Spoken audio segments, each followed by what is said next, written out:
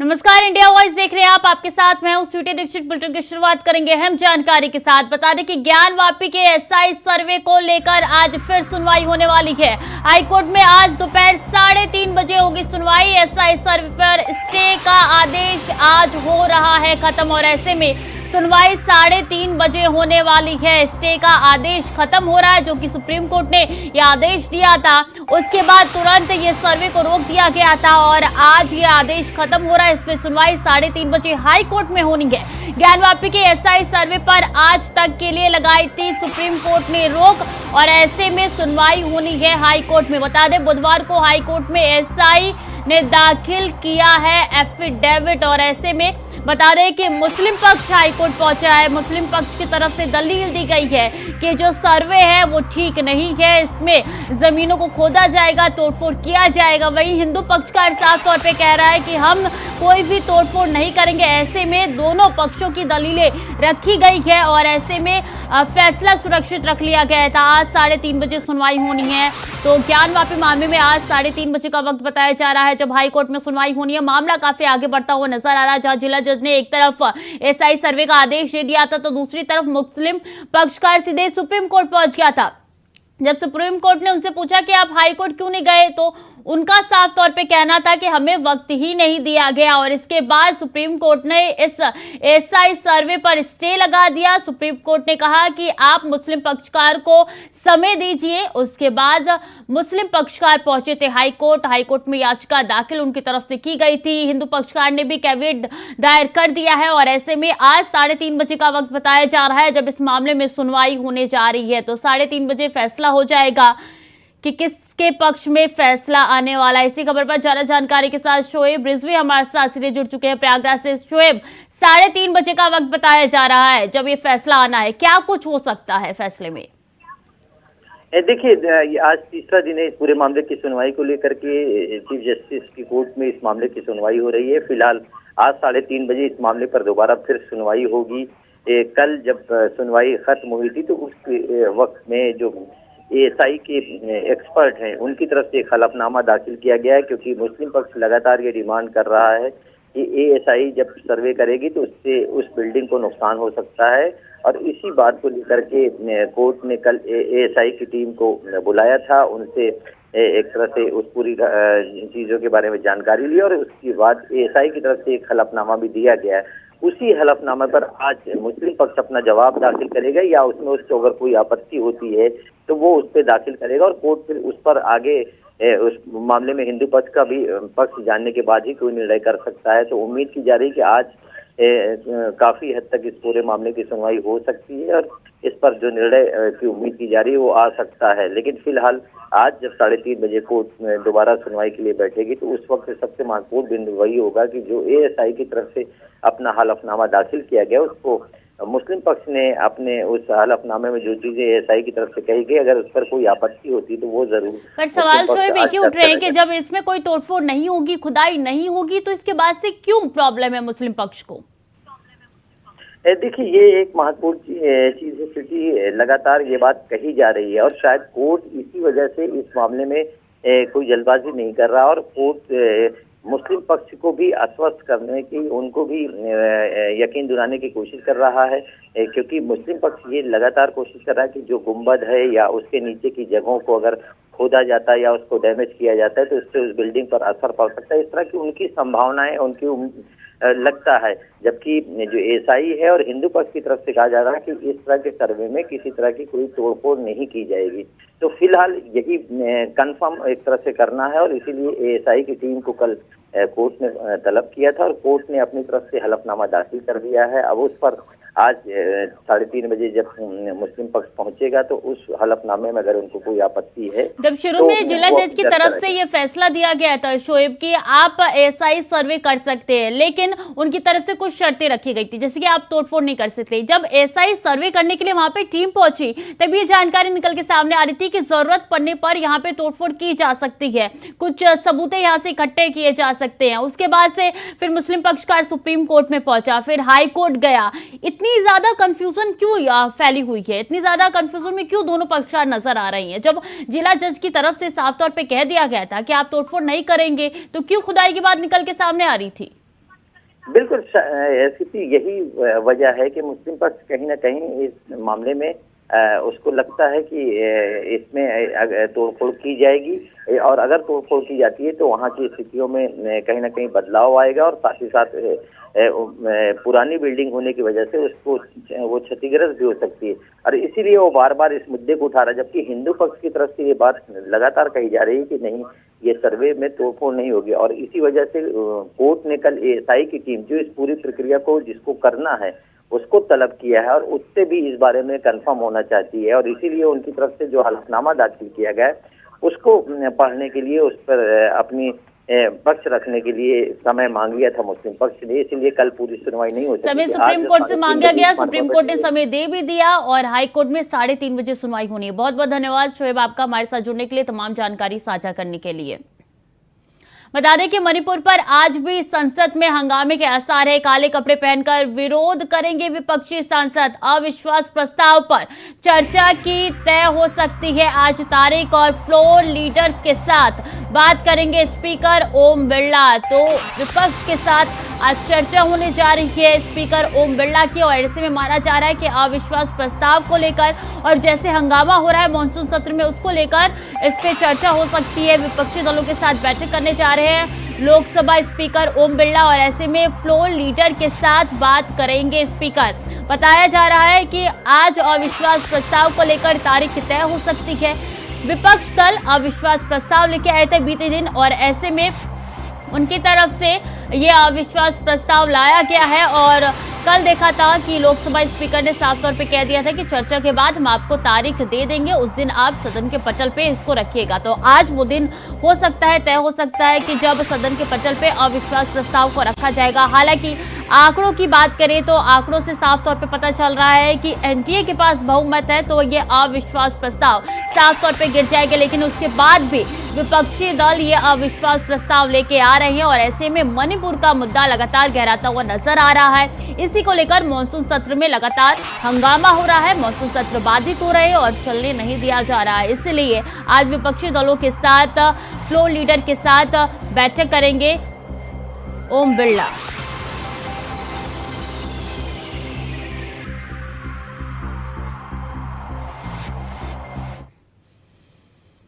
और 7 अगस्त से विधानमंडल सत्र का आगाज होने जा रहा है। मॉनसून सत्र की 7 अगस्त से होगी शुरुआत। 7 अगस्त से 11 अगस्त तक चलेगा ये सत्र। 2023-24 का पहला अनुपूरक बजट पास किया जाएगा। तो बता दें कि यूपी का विधानमंडल सत्र जो है वो 7 अगस्त से उसकी शुरुआत होने जा रही है, 11 अगस्त तक ये चलेगा, और इस बीच 2023-24 का पहला अनुपूरक बजट इसमें पास होगा। विधानसभा की नई नियमावली भी इसमें पेश की जाएगी सरकार की तरफ से, और ऐसे में 2023-24 का पहला बजट इसमें पेश किया जाएगा, पास होगा। बता दें कि 7 अगस्त का वो दिन बताया जा रहा है जब से विधानमंडल सत्र की शुरुआत होने जा रही है, और 11 अगस्त तक ये चलेगा। इस बीच इसमें काफ़ी महत्वपूर्ण ऐसे बिल है जो कि लेके आने वाली है यूपी सरकार, और बता दें कि इसमें 2023-24 के अनुपूरक बजट भी पास होना है। तो मॉनसून सत्र की 7 अगस्त से शुरुआत होने जा रही है, ऐसे में काफ़ी महत्वपूर्ण माना जा रहा है, और ये भी कहा जा रहा है कि हंगामेदार ये यूपी का मॉनसून सत्र हो सकता है, और ऐसे में राज्य में 7 अगस्त से शुरुआत होने जा रही है इसकी। 2023-24 का पहला अनुपूरक बजट होगा पास।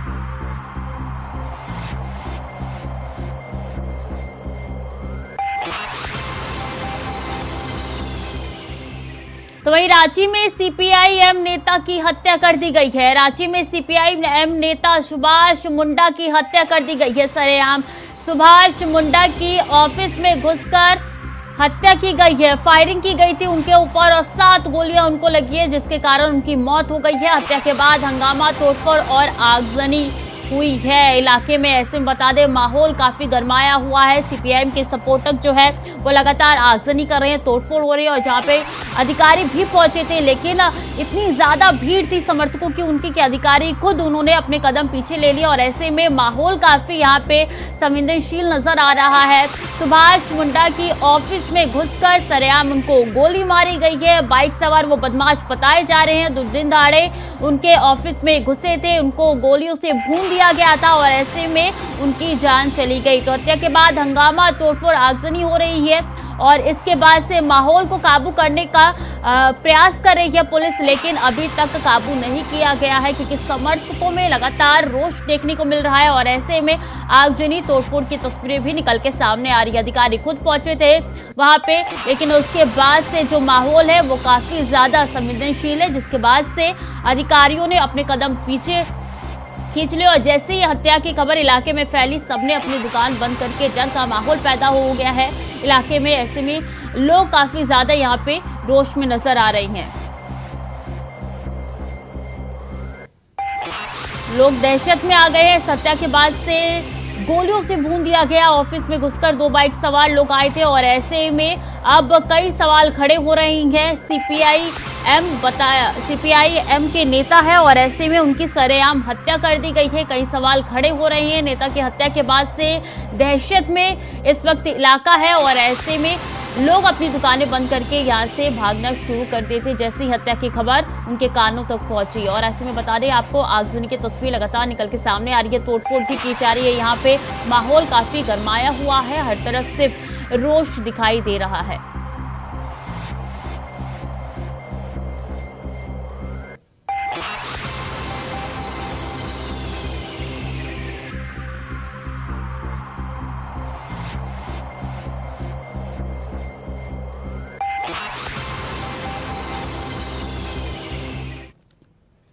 और बिहार के रोहतास में पुलिस को बड़ी कामयाबी मिली है, जहां पुलिस ने कोचस थाना क्षेत्र अंतर्गत शराब कांड में फरार चल रहे अंतर्राज्यीय शराब तस्कर को यूपी के रामपुर से गिरफ्तार किया है। इस पूरे मामले पर एसपी विनीत कुमार ने बुधवार को बताया कि कोचस थाना क्षेत्र में 9 जून 2021 को अवैध शराब के खिलाफ छापेमारी के दौरान विदेशी शराब बरामद किया गया था, जहां इस संबंध में शराब कारोबारी के खिलाफ मामला दर्ज किया गया था। जिसके बाद पुलिस ने मद निषेध के दर्ज कांडों में फरार शराब माफियाओं की गिरफ्तारी के लिए 3 अनुमंडल में अलग अलग टीम का गठन किया गया।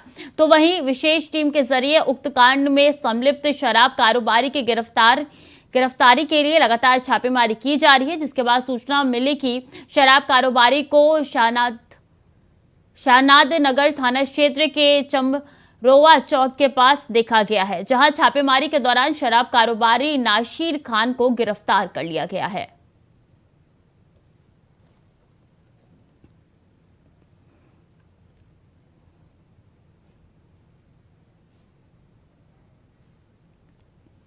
और जौनपुर में मुहर्रम की जुलूस में ढोल बजाने को लेकर 2 पक्षों में विवाद हो गया, जहां विवाद इतना बढ़ गया कि दोनों ही पक्षों में धारदार हथियार और जमकर लाठी डंडे चले। आपको बता दें कि मारपीट की घटना में एक ही समुदाय के बीच हुए विवाद में दोनों पक्षों से 3 लोग घायल हो गए, जहां सभी लोग को उपचार के लिए अस्पताल में भर्ती कराया गया है। जिसके बाद सूचना पर पहुंचकर पुलिस ने मामला दर्ज कर आगे की जांच पड़ताल में जुट गई है।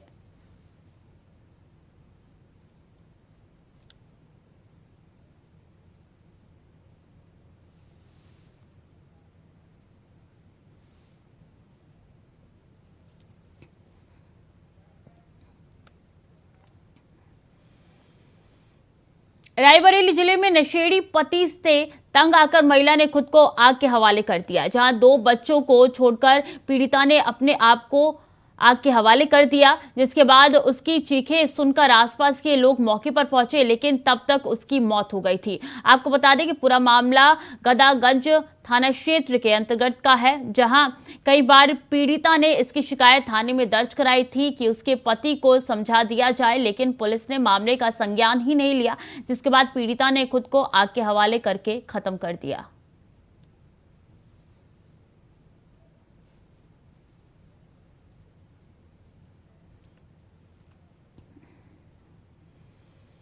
और आगरा थाना ट्रांस यमुना क्षेत्र में नकली दवाओं की सूचना पर ड्रग विभाग ने छापेमारी करी, जहां दवाओं के जखीरे के साथ हॉकर पकड़ा गया है। आपको बता दें कि drug assistant commissioner Atul Upadhyay के नेतृत्व में हॉकर की निशानदेही पर मेडिकल स्टोर पर छापेमारी की गई और दुकान से मिली दवाओं को सीज कर लिया गया है। तो वहीं बताया जा रहा है कि नमूने कलेक्ट किए गए हैं और सैंपल की रिपोर्ट फेल होने पर मुकदमा दर्ज किया जाएगा।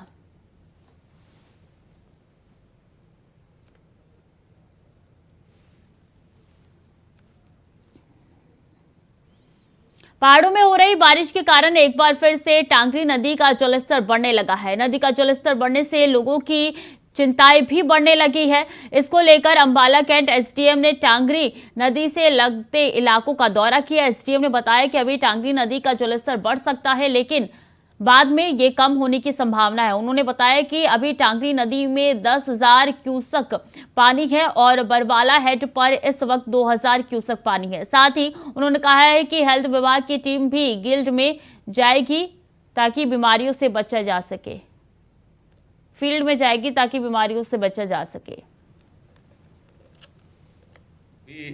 टांगरी में 10,000 क्यूसेक पानी चल रहा है और पीछे बरवाला हेड पे 2,000 के करीब पानी है। तो अब आने वाले समय में दिन में उम्मीद है कि पानी का स्तर घटेगा।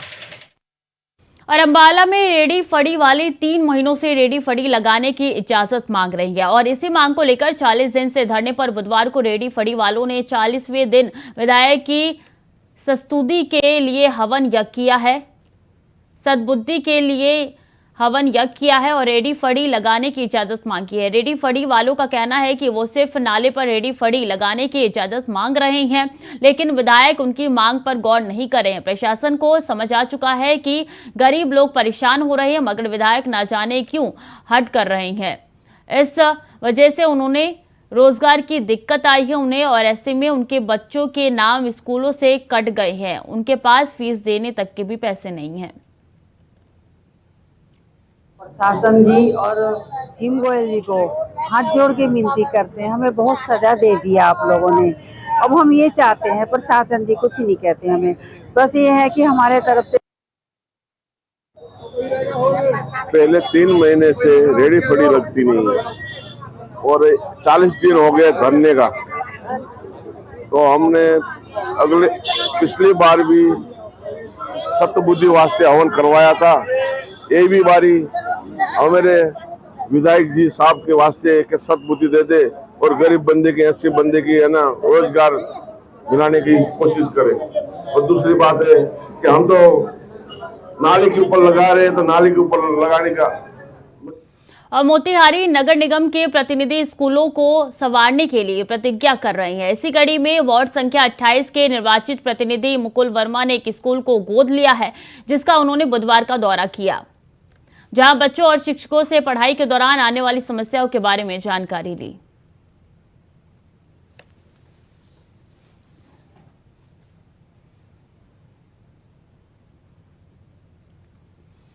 राजस्थान के झालावाड़ जिला अस्पताल के सिक्योरिटी गार्ड ने मंगलवार देर रात आत्महत्या कर ली। तालाब के किनारे बैठे लोगों ने घटना की सूचना पुलिस को दी। पुलिस मौके पर पहुंची, लेकिन देर रात होने के कारण शव बरामद करने के लिए सर्च ऑपरेशन नहीं चलाया जा सका। कोतवाली थाना प्रभारी महावीर सिंह ने बताया कि देर रात जिला अस्पताल के सिक्योरिटी गार्ड की ओर से आत्महत्या करने की जानकारी मिली। सूचना पर पुलिस मौके पर पहुंची और सिक्योरिटी गार्ड प्रमोद सोलंकी के शव को बरामद करने के लिए खोजबीन शुरू कर दी गई, लेकिन अंधेरा होने के कारण शव बरामद नहीं किया जा सका। इस पर बुधवार सुबह झालावाड़ जिले के एसडीआरएफ टीम को मौके पर बुलाया गया। इसके बाद तालाब में सर्च ऑपरेशन चलाकर सिक्योरिटी गार्ड केशव को बरामद कर लिया गया। सिक्योरिटी गार्ड केशव के शव को बरामद कर लिया गया।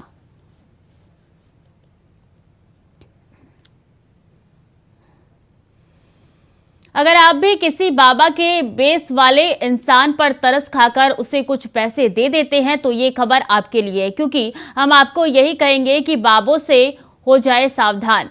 जगाधरी अनाज मंडी गेट के बाहर बुधवार को ऐसे ही एक चोर बाबा को पुलिस ने धर दबोचा, जो कि लड़के के पैसे लेकर रफू चक्कर हो गया था। दरअसल एक राहगीर ने जब इस बाबा को 10 रुपए रोटी खाने के लिए दिए, इस बाबा ने उसके 1000 रुपए लेकर गायब कर दिए और वहां से रफू चक्कर हो गया। लेकिन लोगों और अनाज मंडी गेट के बाहर ही ड्यूटी कर रहे पुलिसकर्मी की सूझबूझ से बाबा को पकड़ लिया गया और डायल 112 पर फोन कर जब इस बाबा की तलाशी की गई तो 1000 रुपया इस बाबा की जेब में से ही निकल गए। फिलहाल पुलिस अपने साथ ले गई है।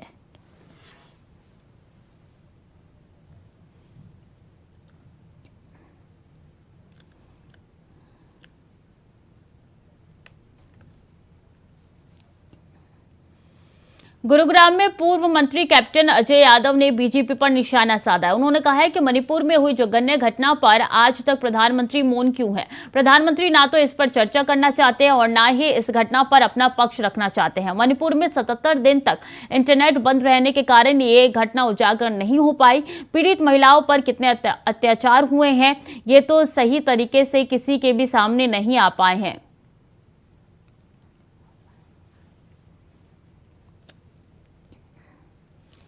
तो देश की अर्थव्यवस्था को बिगाड़ रही है भाजपा और इसी के साथ उन्होंने प्रधानमंत्री पर निशाना साधते हुए काफी कुछ कहा है। अजय यादव ने कहा है कि मणिपुर की घटना पर क्यों चुप है प्रधानमंत्री।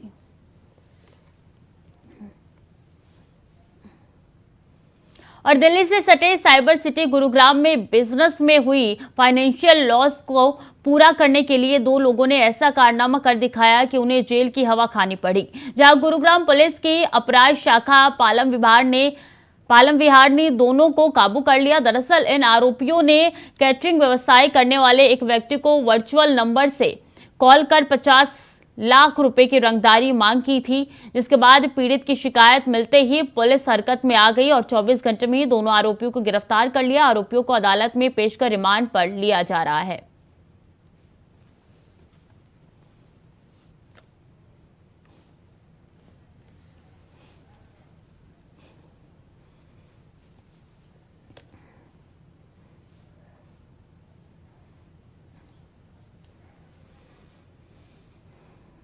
तो फिलहाल के लिए बुलेटिन में इतना ही। खबरें लगातार जारी है, देखते रहिए इंडिया वॉइस।